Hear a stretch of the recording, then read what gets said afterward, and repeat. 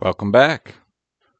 I am your American Hippie, and this is Olive Branch Channel, Olive Branch Radio. It's a pleasure to have you here, and we are jumping into our second video, which is not on transhumanism. But I got to tell you, folks, I was just watching something on Elon Musk and his Neuralink robots being put into brains. This transhumanism stuff is crazy, and we'll get into that on a later episode. This episode, for the number 2 episode,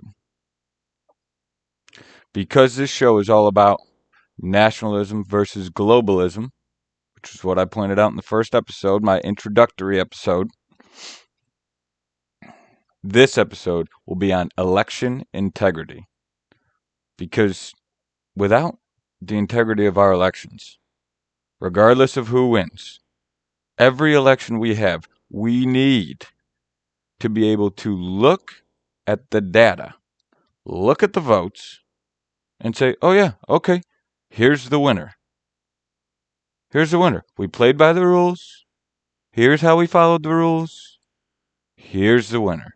And as long as we have that, we're good. But we're getting to a point where that's a very shaky subject. And there is a lot of things going wrong with our elections. So we're going to look at this, ladies and gentlemen. Okay, we're going to look at this. We're going to look at the 2020 election, which I'm sure everybody is sick of hearing about, but we cannot let it go. We cannot let it go because there's a lot of unanswered questions. I know there was some work done into it. I know that there was some audits, and we'll take a look. But there was nothing done about it, and I'll get into that. So if we do an audit and we find there was lots of dead people that voted, there was lots of illegal people that voted, there was lots of people that voted in Georgia, and then they also voted in Tennessee or Nevada, and then they also voted in New Mexico, Utah. If they're voting in 2 states, they don't count. It doesn't count. Okay? You can't count it. That's just how it works. So every legal vote needs to count. Absolutely. But in the contrary, every illegal vote, every unverifiable vote, every vote that is not justified by 2 parties, it's got to be dual. There needs to be a Democrat, there needs to be a Republican that look at it and they both say, yep, that's what it is. Tally it out. Boom. Every vote that doesn't have that happen, it needs to be gone. It needs to be garbage.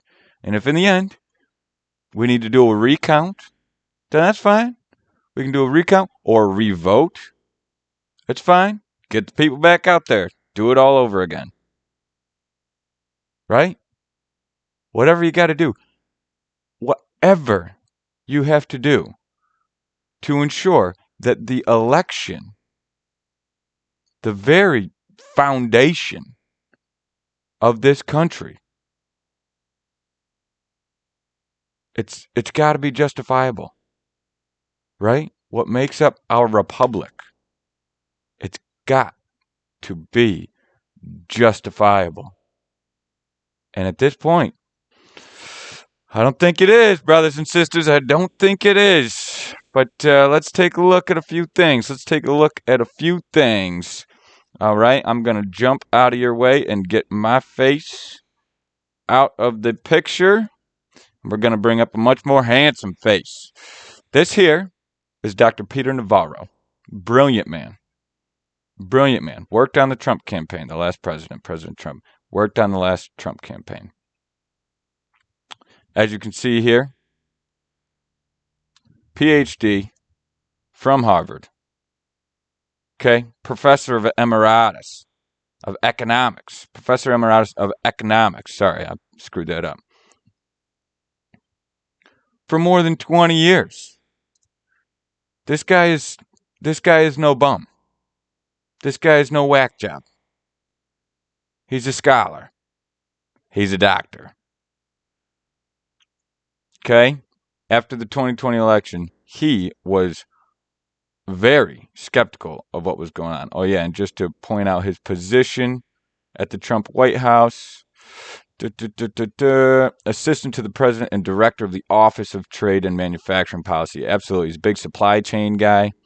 Matter of fact, I think he's got his, I don't know, it doesn't say it here, but I believe he's got his doctorate, his PhD in supply chain management as well. I may stand corrected on that, but regardless, he's a very smart guy when it comes to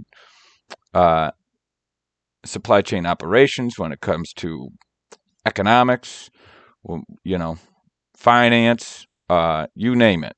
Really, the guy just in general is a very brilliant guy, and I encourage you to listen to him whenever you can. As you see over here to the right, he's got a podcast and some things that he's talking about. So if you're interested, go check him out too. He's a very smart guy. But the reason why we're looking at Mr. Peter Navarro right now is because he, after the 2020 election, he wrote himself a little report. It's called the Navarro Report, and it is on the 2020 election. And he does a very, very good breakdown, which I'm not going to bring you folks through at this point because we'd be here for quite a long time. Maybe a live stream sometime, some later time. If I get enough good feedback, we can go through it and we can talk about it. We can break it down. We can see what's good, what's not good. All I know is that he was very public about this, and not a single person was willing to challenge him on it. They probably were naysayers, absolutely no doubt about it, calling him a kook, but you'll have that.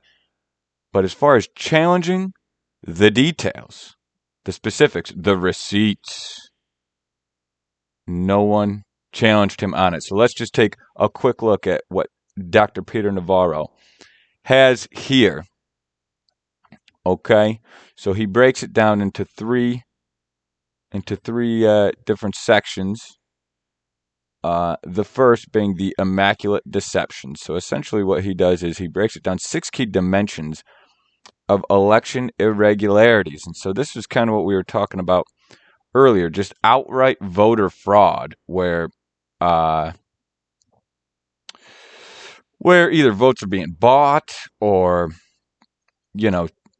someone is showing up and like a ballot harvesting type of thing, or someone is showing up to, say, an old folks home and just assisting people filling out their votes, telling them to vote Democrat, and then bada bing, bada boom, you have a whole bunch of that going on, which certainly happens. But so he breaks it down state by state, issue by issue. Okay, I just want to make sure you guys can see this just fine. 6 dimensions of election irregularities. And so like I said, this is very extensive. So his point here is that this was he's got a nice quote here. Most important 6 dimensions. I can't find the quote I was looking for. But anyhow, this is his main point here in this bullet point. I like this. This is what I was looking for. Theft by 1,000 cuts across 6 dimensions. Theft of 1,000 cuts. It's a man of some good words right there. And not just one single bullet. Okay, so when you look at this election, in the key battleground states, so 6 battleground states and a few different issues, a bunch of different issues, all of the issues need to be put together, added together, and you start to get some very significant differences that would have changed the result of the election. I mean, the wins in these battleground states were some pretty small margins. The smallest of which in Arizona was 10,000, and we'll get to that in just a little bit. I don't want to beat this too hard.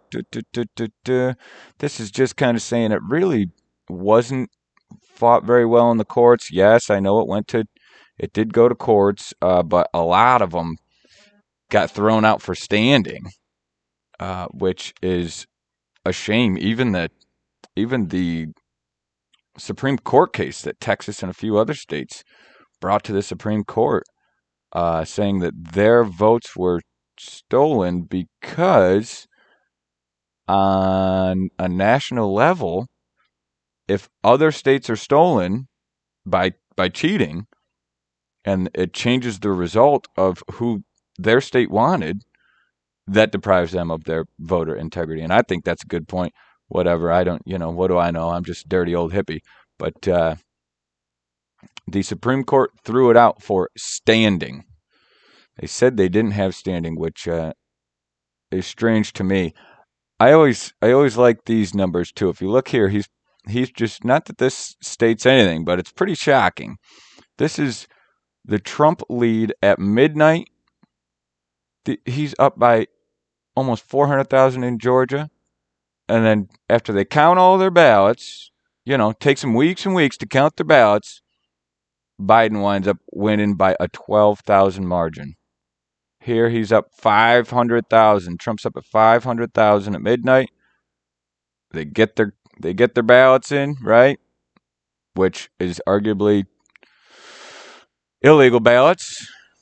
That's the case here. That's the case being pled. Illegal ballots during the night. It's always during the night. They pause the counting. First election ever. For some reason, you got, the China virus. So you got to cause a pause in the counting. So anyhow, I thought these numbers were big. He's up huge.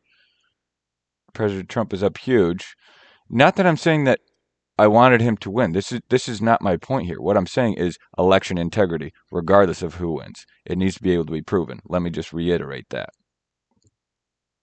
So anyhow, let's keep going. This is a whopper of a document, so I'm not going to bore you with this too much. But there's a lot of information in here. This was a big key here. So he gets into he's got a matrix of the 6 battleground states and the main issues of what happened. So here we go. I like this.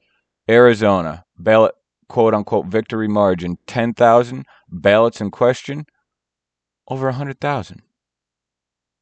Georgia, margin, see what I mean, folks? Brothers and sisters, look at these margins. These are small margins. And look at the ballots in question. If there's even an ounce of reality to this, which I can assure you, with a man like Dr. Peter Navarro, who does extensive research, there's more than an ounce. There's a whole pound. There's a bunch of weight to all this information. So I just, this is something that is tough to let go. And we got a Republican Congress coming in. I don't know if anyone's ever going to go back and look at this, but again, there's a lot of information here, so I'm not gonna keep you here with it. But if you ever want to go look at it, Dr. Peter Navarro, and this is his Navarro report on the 2020 election. There's a lot of stuff in here, and I'm not going to take up all the time to go through it. So let's move on here. I'll try to move this on a little bit, folks. Example number 2. Okay, this is Arizona. This is also 2020 election. Example number 2. The cyber ninjas went and did an audit. Okay, it was quite a fight down there that these people had to go through. But so here, let me show you. This is Maricopa County Forensic Election Audit. I'm going to show you something real quick. I'm going to try and get through this a little quicker here now. I'm sorry, brothers and sisters. I'm not trying to bore you with this, but this is a super important thing. So there's their logo, Cyber Ninjas, blah blah blah. Maricopa County, which is a huge county down in Arizona. It's the one that Phoenix is in, and of course, in 2022 there was elections in that. There was issues in that election also. Anyhow, let me just point out.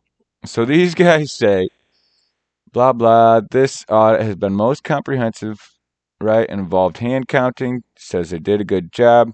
Both found encouraging and revealing. Now, this was strange to me by the Cyber Ninjas. I don't know why they throw this in. On the positive side, there was no substantial differences between hand count of the ballots provided and official election canvass results. But then right down here, none of the various systems related to elections had numbers that would balance and agree with each other. In some cases, these differences were significant. So how do you say this up here, but then have this down here? There appears to be 27,000 ballots cast from individuals who had moved prior to the election. So the victory margin again was about 10,000. 27,000 of those people had moved. Now we don't know that they all were Biden votes, but the point is it raises questions. Ballot images, 284,000 on the election management system, EMS, on the election management server, were corrupt or missing. 284,000. Right here, you got over 300,000 ballots just in one county. Okay? So that's all I'm saying. This is the official audit. The Attorney General of Arizona has this, has done nothing with it. It's mind-boggling. He should have taken this and dug into it. Why didn't he? I have no idea. But that information right there is just, it's insane. One county and one state. If you extrapolate on that and say that this is the accuracy of our elections, that's shameful. That's shameful. How can you have any trust? Any trust? Moving on. I'm moving quick here for you, brothers and sisters. Let me show you this. This was kind of crazy. So this is Ron Gould of Mojave County Board of Supervisors. This is in relation to the 2022 election that just took place for their governorship, their gubernatorial election. And this county was not going to certify. This guy comes out and says, I'm being threatened with a felony charge. I'm going to be arrested. So I'll have to certify under duress. Listen to this county supervisor. Listen to this county supervisor say that he's certifying under duress. Let's listen to this. I vote aye under duress. I found out today that I have no choice but to vote aye or I'll be arrested and charged with a felony. I don't think that is what our founders had in mind when they used the democratic process to elect our leaders, or form of self-government. I find that very disheartening. 4 ayes and 0 nays. You approved item 1B. Anything else for the good of the order? That gentleman said disheartening. Yeah, I would define that as disheartening indeed. And do you know who's threatening him with being arrested? The current Secretary of State, who is Katie Hobbs, who is being decided the winner of this election. That's who they're certifying the election for. So she is forcing this county board of supervisors, Ron Gould, to certify under duress for her election, for her victory. It's mind-boggling. I mean, that is some crazy tyrannical stuff right there. That is not how elections are supposed to be run in this country. Let me move it along here for you, though, ladies and gentlemen. Last example is this video that was made by the great Dinesh D'Souza, and it is it's entitled 2,000 Mules. So let me just bring this up here for you. Where did we go? Come on, I'm all backwards in my head. So there it is. There it is there. 2,000 Mules. You can see here, audience score, it's got 100%. It's a good movie. If you guys want to go see it and you haven't seen it, you should see it. It'll blow your mind. And I'm going to show you the trailer here in just a minute, but I just wanted to show you that it's got a 100% rating by the audience. This is on Rotten Tomatoes, like really, who cares? But I just wanted to show you that, and it gives a little description. Exposes widespread coordinated voter fraud from 2020 election sufficient to change the overall outcome, drawing on research provided by an election integrity group, True the Vote, Catherine Engelbright, and I forget the other gentleman's name, Greg Phillips.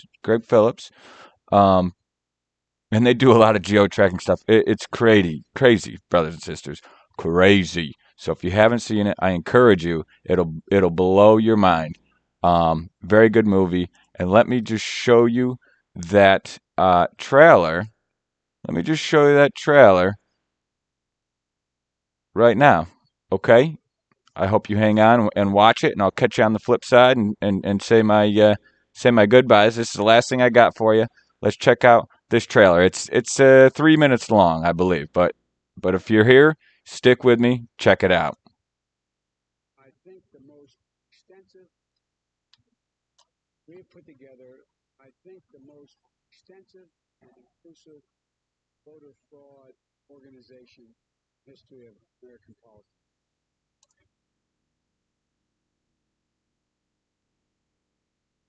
Let me say it again. The 2020 election was the most secure election in American history. I screwed that up, brothers and sisters. Give me one more chance. Give me one more chance. Do we know the truth about what really happened in the 2020 election? I think millions of Americans know something went wrong. They have little pieces. No one's really put it together. I'm agnostic on this question. This is much better. I'm sorry. I know I'm screwing that up. Here we go. The president were a Nazi. I might steal an election. All accusations require bold evidence, and they haven't seen. So these are prominent folks saying they don't believe it. Prove it to me. Show me the money. I've been working with Greg Phillips. He has a deep background in election intelligence. True the Vote has the largest store of election intelligence for the election in the world. No one has data. He identified and flagged 242 dealers that went to an average of 24 drop-offs. At Philadelphia alone, we identified more than 11 dealers. What is a person picking up ballots and running to the drop boxes? This is not grandma walking dog. Bad background, bad reputation. They are interested in no shape, no way, in no time is that legal. This is organized crime. You have video evidence. 4 million minutes surveillance video. What you're about to see is disturbing. So this is 1 o'clock in the morning. Don't we all? This person, this employee went across 6 counties, 7 drop boxes. I call it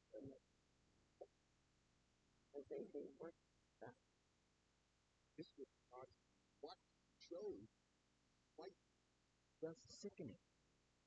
Now we come to the most important.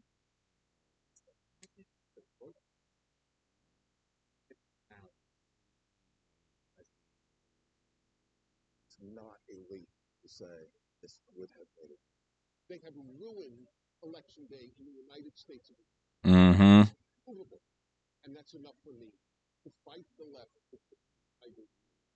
Without free and fair elections, they are not a democracy. They are a criminal cartel masquerading as a democracy. 2,000 votes. Select years, May 2nd. May 7th. Stream, May 8th at Salem. So there you have it. Brothers and sisters, there you have it. I mean,